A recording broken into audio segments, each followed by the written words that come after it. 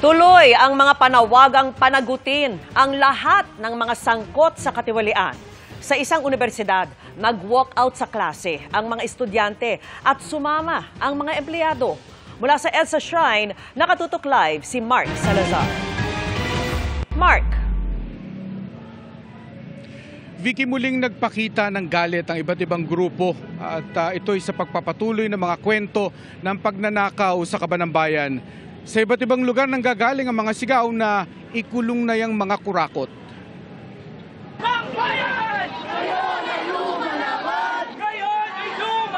Hindi napigil ng ulan ang walkout sa klase ng mga estudyante ng PUP sa Santa Mesa, Maynila.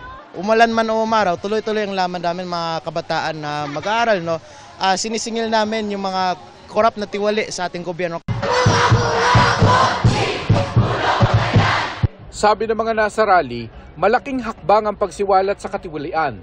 Pero kung walang makukulong, wala itong kahihinatnan. Pati mga manggagawa sa PUP sumama na rin sa kilos protesta. Nalulumuraw sila sa liit ng kanilang sweldo na mas lalo pang pinaliit ng nakakalulang nakawan sa gobyerno. Kulong din ang hinihinging hostisya ng mga civic group at religious sa EDSA Shrine. White ribbon protest ang tawag sa panawagan para sa katotohanan at hustisya. Pero ang sigaw laban sa katiwalian sa EDSA Shrine ay sinamahan din ng taimtim na dasal, kasunod ng pagsindi ng mga kandila.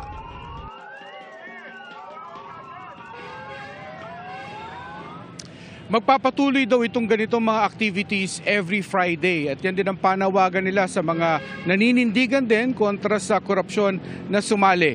Hindi daw dapat tumigil hanggat hindi ibinabalik ang nakaw na yaman at hindi nakukulong ang mga kurakot.